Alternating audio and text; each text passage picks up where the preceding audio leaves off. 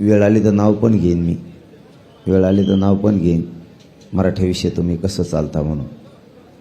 पण आता इथून पुढं तरी आमचं चॅनलवाल्याला हात जोडून विनंती आहे, हुल्लडबाज आंदोलक नाही आहेत, हुल्लडबाज सरकार आहे. त्याला 4 महिन्यापूर्वी आम्ही सांगितलं होतं आरक्षण दे, आम्हाला मुंबईला यायचं नाही. हे प्रश्न तुम्ही मुख्यमंत्र्याला विचारा. आमचं कशाला दाखविता? आम्हाला झोपायला जागा नाही, बसायला जागा नाही, खायला जागा नाही, हाई ते दुकानं बंद केली, आमची मागची लाईट बंद केली. ते दाखवलं का तुम्ही? दाखवलं का रे? पोरांचे काय हाल चाललेत, काय नाही चाललेत, गाड्या अडवित आहेत, जेवणाच्या गाड्या अडवित आहेत. उठलं सुटलं की आंदोलकाने असं केलं, आंदोलकाने तसं केलं. काय अडचण नाही, तुम्हाला दाखवायचं दाखवा, नाही दाखवलं तर आमची सोशल मीडिया आम्ही चालू, आम्ही जातवान लढणार आहेत. तुम्ही उगाच काहीतरी सरकारचं ऐकून आमच्या मागं लागता, हे सुद्धा चांगलं नाही. मग असं असतं का कुठं? तुम्ही आम्हाला दाखवायला लागलात म्हणजे का तुम्ही कसं वागणार असं थोडं आहे. बरं, परवा ऐकलं तुमचं, 13वा ऐकलं, काल पण ऐकलं, ठीक आहे. तुम्ही रोज रोज रोज रोज तेच जर कांगडे घोंगडे आमच्यावर सरकारचं ऐकून करणार, आम्ही तुमच्या चॅनलबद्दल विचार करणार, 100% करणार. बघा करतो का नाही. एकदा जर मी शब्द फेकला ना, सगळे रिपोर्ट मार टाकते. DTH असो, तुमचं काही असो, काही एक चॅनल बघणार नाही तुमचं. जे सांगितलं नाव घेतलेलं चॅनल बघणारच नाहीत मराठी. म्हणून पोरं उल्लडबाज नाहीत, पोराची भावना समजून घ्या. पोराचं म्हणणं इथं चिखल रेंदा आहे, सरकारनं सुविधा नाही केली, जबाबदारी सरकारची असती. जेवणच आमचं बंद केलं. बरं, आम्ही जेवायला आणलं तर आमच्या गाड्या अडल्यात, हे पोरांचं म्हणणं आहे.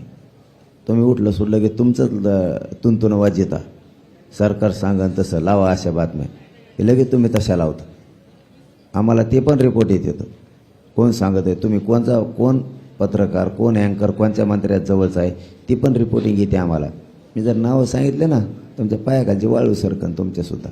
मी हे खोटं बोलत नाही. 2 वर्षात एकदाही मी मीडियाबद्दल आणखीन बोललो नाही, एकदा पण मीडियाबद्दल बोललो नाही. इतके मीडियावर प्रेम आणि माया करतो मी. पण इथं आल्यावर थोडंसं आम्हाला चतुरपणा दिसला काही जणात, म्हणून हे बोलायला लागलो मी. 2 वर्षात बरं शब्द काढलेला नाही. देवासारखे आहेत चॅनलवाले आणि पत्रकार, देवासारखे. पण इथं आल्यावर काही जण साबरेपणा ते दिसला आम्हाला, लक्षात आलं साबऱ्यापणा आमचा. ठीक आहे, आम्हाला नीट करायचं. तुमच्या एकट्यामुळं तुमच्या संपादकाला अडचण येणार आणि तुमच्या चॅनलला अडचण येणार, हे पण ध्यानात ठेवा तुम्ही. माझं म्हणणं पुन्हा एकदा समजून घ्या. तुमच्या एका पत्रकारामुळं तुमच्या संपादकाला आणि चॅनलला अडचण नाही आली पाहिजे या मताचा मी आहे. आणखीन मी नाव घेतलं नाही, मला घ्यावं लागेल नाविलाजे. मग नंतर माझं पोरांना हात जोडून विनंती, पोरं होत असतं कमी जास्त झालं तर होऊ द्या. पोलीस बांधवाला सहकार्य करा, मुंबईतल्या सामान्य लोकांना सहकार्य करा. सगळ्यांनी CST असं इकडं तिकडं कुठं असतं ते जागा सोडून द्या. अरे मी तुमच्यासाठी तरफडतोय पोरं हो. मला आज उठता बसता आहे ना, आता मला या अंगावरचे या अंगावर होता आहे ना, तुम्ही जरा समजून घ्या. मला तुम्ही जर उपोषणासुद्धा बोलायला लावित असताना तर काय अर्थ आहे का त्याला? मला इतक्या कडक उपोषणात तुम्हाला मी निरोप द्यावा, इथं अडू नका, तिथं अडू नका, शांत राहा, ही माया तुम्ही अपेक्षासुद्धा नाही ठेवली पाहिजे माया. पोराव मला दम लागतो बोलताना. आज 4था दिवस आहे, पहिले 2 दिवस म्हणजे एकूण 6 दिवस. मला तुम्ही आता बोलायसुद्धा लावायला नाही पाहिजे.